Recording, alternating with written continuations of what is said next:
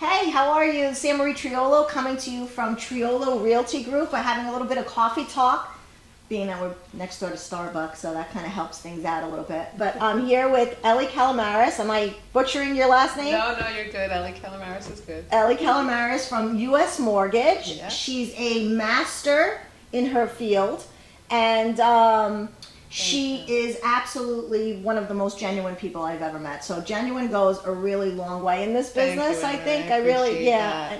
And I think she's kind and wonderful, and I just adore her. So, Aw, thank you, Marie. I really appreciate that. you're Thank you so welcome. much for having me here today. no, absolutely. So we wanted to talk a little bit about the mortgage and stuff like that. The thing is, like with Elli, though, she's a direct lender. She works for U.S. Mortgage. And one thing I wanted to kind of touch upon a little bit at first is she's been with the same bank for 20 years.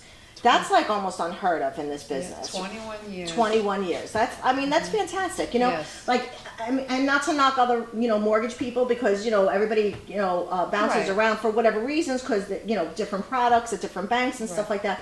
But the fact that you've been 21 years with the same bank speaks And- volumes. So tell us a little bit about that.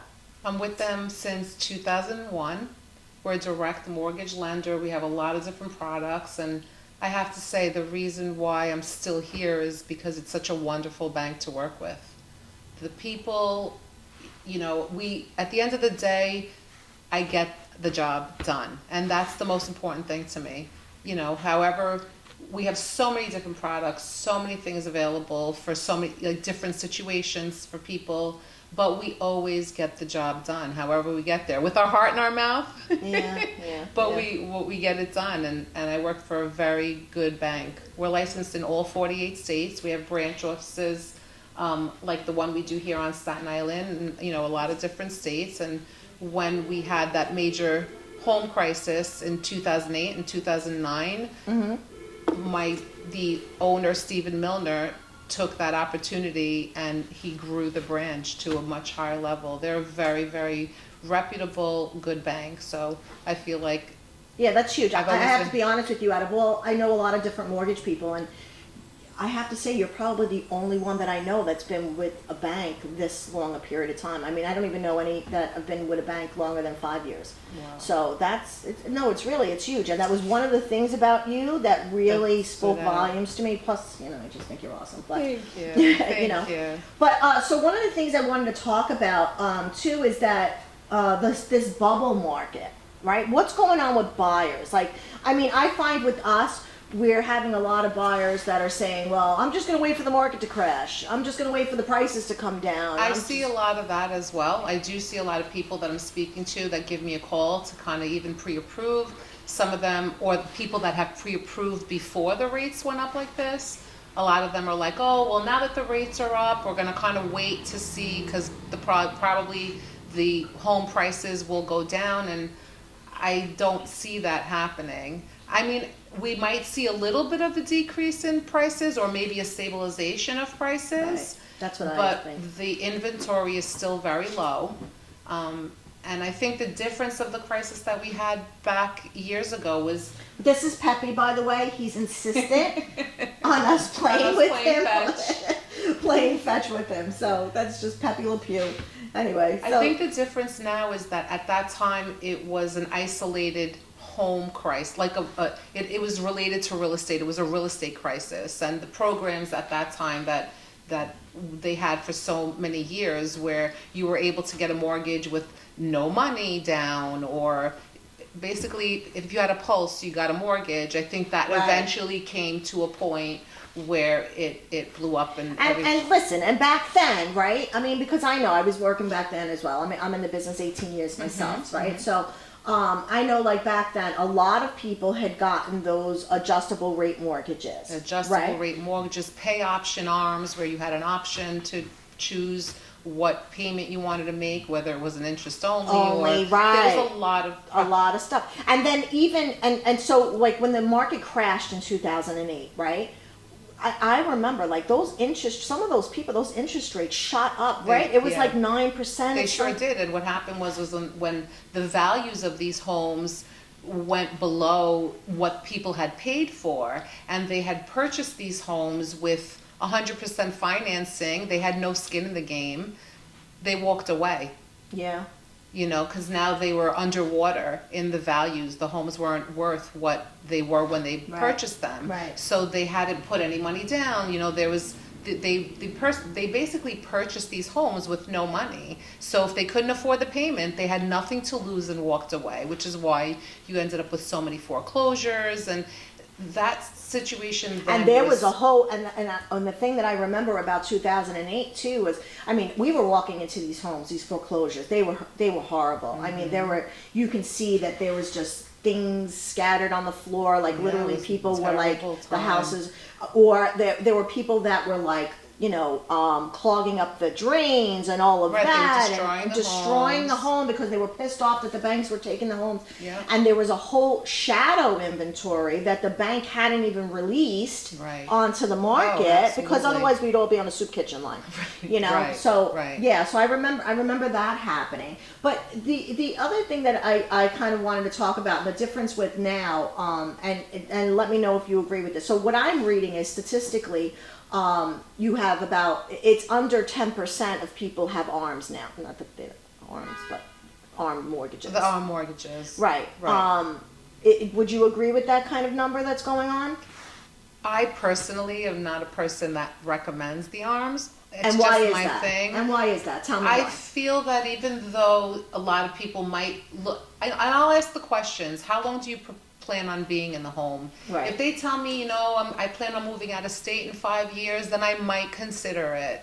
And it does give them a little bit better, you know, the rate is a little better. Nothing crazy compared to what people would expect it to be. So if it's something short term or something like, you know, a situation like that, then I will consider it. Otherwise, I feel like if someone's purchasing their home and they're going to be there for X amount of years long term, it just puts you at risk. And I typically don't like. And they do have caps on the adjustable rates now. They do have caps. But in a time like this now, where the word on the street is that the rates are going to be going up rather than going down, it definitely puts them at risk. I would rather know, or they rather know what their payment is, and that they're not going to, you know, wake up one day and it's $200, $300, $400 more. Right. So it just kind of gives them, you know, peace of mind knowing that they have a fixed mortgage and that payment's not going to change. I agree. I can't even imagine having that anxiety of it definitely like that. Absolutely. And now talking about interest rates, right? So what is your calculations? Because I'm hearing that it'll probably hit 6% by like end of June, July. What's your opinion on that? So I think that the rates are going to go up a bit, but I don't think they're going to go as high as people think that they're going to go. I think right now we're at pre-COVID rates. Rates were like high fives. I mean, not high fives, sorry. We did hit high fives not too long ago. They were at like high fours. And rising, and then obviously COVID hit, so the rates went right back down. Right. But I think we might be stabilizing. Honestly, my opinion, and it really is just an opinion because nobody knows. Right. But I think my opinion is that it seems like they might raise the Fed rate, but I think the rates are going to be somewhere maybe in the low to mid fives or stabilize somewhere. What are they right now? So they have gone up to the high fives, and now we're back to like low to mid fives, depending, of course, on the situation. Is it a condo? Is it a multifamily? What are the person's credit scores? Debt to income ratio. There's a lot of factors for being able to offer the rock bottom rate. But for the most part, if we just generally speak about the 30-year fixed rate, I think we're like low fives. Right. We're back to the low fives. And again, people can, you know, if they feel like they're going to be there for a long term, they can buy the rate down. They can buy points and buy the rate down. And a lot of times I will calculate, you know, the differences of the monthly payments for them. If they're buying. Right. So let's talk about that, right? Because, you know, I know like right now, you know, because everybody talks about the crash, right? So I know we're at 40% of people don't have mortgages. 40% of homeowners don't have mortgages at all, right? So then the other, you know, 50-60%, they probably refinance, because you were doing refinances over the last 5-6 years like crazy, right? We sure were. Yeah. So and that's completely kind That's of wiped it's in the out. toilet, right? So based on that premise, that a lot of people have below 4% on their interest rate, Well, right? right. So that's why we have a low inventory, right? Because we have sellers that are like, With such well, low interest rates, they're so why are they why gonna? am I gonna move unless they really have to downsize or they're looking to go out of state or whatnot. So Yeah. that's my thing, which I want you to kind of explain, right? Sellers have that opportunity to be able to sell, and then when they are going to buy again, use some money to go and buy those rates down. And how? So if let's say we're at 5.25%, right? Approximately how much would it cost a seller if they wanted to? I know it differentiates debt to income ratio and all that Right. stuff, but like let's talk about ballpark numbers. Like what's the ballpark number that it would cost if somebody wanted to bring their rate down a whole point to like 4.25?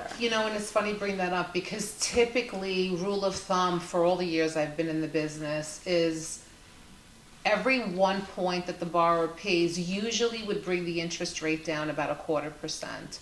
But we're not seeing that now. We're seeing a much larger spread. So it really depends. I mean, I'm seeing situations now, and in the past, the way I did business was that I would give them the rate at 0 points, and then if they chose to buy it down, it was their option. I never quoted rates with points. However, now we're seeing these spreads of like 3/4 of a point in the interest less, or a much bigger spread when they're doing a 0 point loan, as opposed to, it seems like all across the board now, most of the loans have to be with 1 point. Right. So, all right. So when we say 1 point, let's talk. I like to break things down Elmo style for people. Because not everybody understands what a point is. Explain what a point is in dollar amounts. What is that? So 1 point is 1% of your loan amount. However, so if you're purchasing a home that's 350,000, you put 50,000 down. I'm just giving an example, and you're taking a $300,000 loan. You're paying $3,000 per point. So it's the loan amount. It's 1% of your loan amount. So 1 point would equal to 1%, 3,000 that you would pay extra in closing costs to buy down your interest rate. That's not really a lot, right? When you look at it, along the long spread of it, right? So, okay, it cost me $3,000 today, as opposed to a higher interest rate over 30 years. Over 30 years. So that's why the Could be higher tens the of loan thousands of amount, dollars. the higher the loan amount, if a borrower is taking a high loan amount, I like to calculate the dollar amount of these differences with points as to without points, Right. to see how they feel about that difference. How long will it take for them to actually get that money back before it's actually a savings? Right. So Right. so we That's do. fantastic that you do that. Yeah, we do all those differences to determine, is it worth it to pay 1 or 2 points? Right, How long right. are you staying in the home? This is the difference of the monthly payment. How many years is it going to take you to get this cost back to you? Right. So there's a lot of different ways, or different options that we do offer them. Yeah, that's fantastic. And I want sellers to really wrap their brains around that, because I know so many sellers are just trepidatious, and that's what's affecting this market. So, it's a seller's market, and it's sure gonna, is. and a lot of people think it's gonna flip over, to a buyer's market because the interest rates are going up. That's not it's not happening, and it's gonna be a seller's market for a very long time. I As was long as just this gonna say, inventory if it is happens, thin. it will take time because inventory is so low. Like you said, the rates are high. So someone that has a 3% interest rate is not going to sell their home to want to go get a much higher interest rate with a higher payment. So the inventory, I definitely, and that's the difference. Whereas the crisis we had in 2008 and 2009 was a housing bubble. That it was. Now it's not just with housing, it's just overall inflation, it's gas, right. it's just everything. But here's the difference too with the bubble, right? Like that I try to convey to people all the time. Back then, it was all based on these ARM mortgages, the subprime loans. It was people Absolutely. buying with other people's money. Absolutely. It was the products that, Right. the programs that were put out there that put people at risk. And the difference now in the last couple of years, what was happening was it was people were buying cash. This was cash. You had cash coming in from other countries. We had a lot of cash coming in from China, you know, and then there were caps put on. There were caps put on that. I had people in Brooklyn that were, you know, purchased their home 30, 40 years ago, right? And then they sold for cash, and then they were buying 1 or 2 houses, all cash. You know what I mean? So I think that's like the really big difference that people need to really comprehend. So it seems like there's just an overall, you know, with this crisis, say that people are anticipating that they seem to think it's like another housing, you know. Yeah. But I honestly think it's all political bullshit. Correct. I think I think it's inflation and just everything is right now, you know, more expensive, and it's just what's going on a whole rather than just the real estate market. Right. Absolutely. I agree with all that stuff. There's so many more things. And the other thing as well is that, you know, back in the day, like you said, the programs that they had out there, you know, 100% financing, no income check, a credit report, no income check, all these things that... Hello, I got a mortgage, okay, and I'm going to divulge some shit here. I got a mortgage post my divorce. I didn't even have a job. I really had my ex-husband owned a restaurant, and we just kind of wrote a letter and said Amory Trio. Yeah. I mean, I was working there, but like, and I got a mortgage, and it got transferred into my name. I remember we had a 5% down program, 5% down, no income check. Not even the stated income program, but it was a completely 95%, so 5% down, no income check, as long as you had decent credit. Right. You know, we had all those subprime loans and, you know, all those things that did what it did and where it ended up. One last thing I wanted to talk. There's so many. I'm definitely going to have you back because I feel like there's a plethora. I'd love to. I appreciate you having me. Oh no, there's a plethora of things that like I just love talking to you about this stuff. But the other thing that I wanted to talk about real quick is renters. I love flipping renters into buyers, right? Because so many people come to me, they're paying these crazy amounts of rent. Rents right now are so high. $2,000, but this can get them a mortgage, right? So my question to you is, do you find seller's concessions, right? So that's when we seller's concession is when they incorporate the closing costs into the mortgage, right? Do you find that seller's concessions are happening? Because I know we kind of like, because it was such a competitive market, we didn't have that for a long time. You know, I have to say, due to the prices being so high, I in particular haven't had a problem with doing some seller's concessions. I mean, depending, obviously every situation is a little different, but for the most part, I haven't had a problem.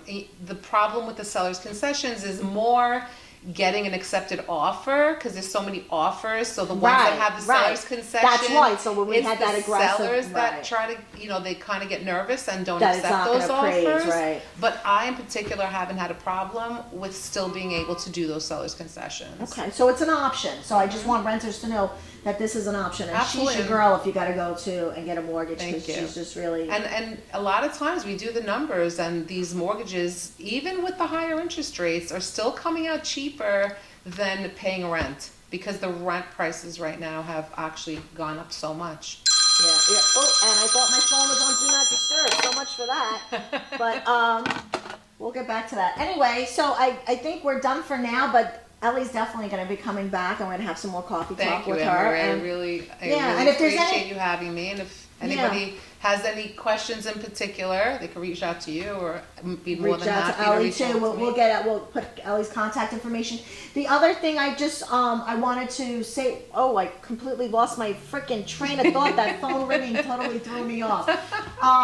We'll be back. And I love that. We're going to put all of her information in the comments for you guys to reach out to. We have a lot of, you know, we're a direct mortgage bank, so we have a lot of different programs, you know, for even a conventional loan with first-time home buyers with just 3%, as opposed to people thinking that, you know, it's just FHA with 3.5% down.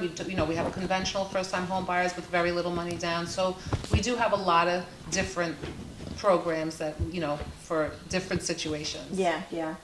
So this is And this is Hannah. Hannah wanted to get And Hannah wanted to get her little face into the camera, and Peppy fell asleep on us. So I guess it's time to go for now, and we'll be back. And Thank you, Ellie, Anne-Marie. thank you so much. Thank you Really, so I much. loved having you. Thank you. All right, talk to you guys soon. Anne-Marie Trillo, peace. Trillo Realty Group. Talk to you soon.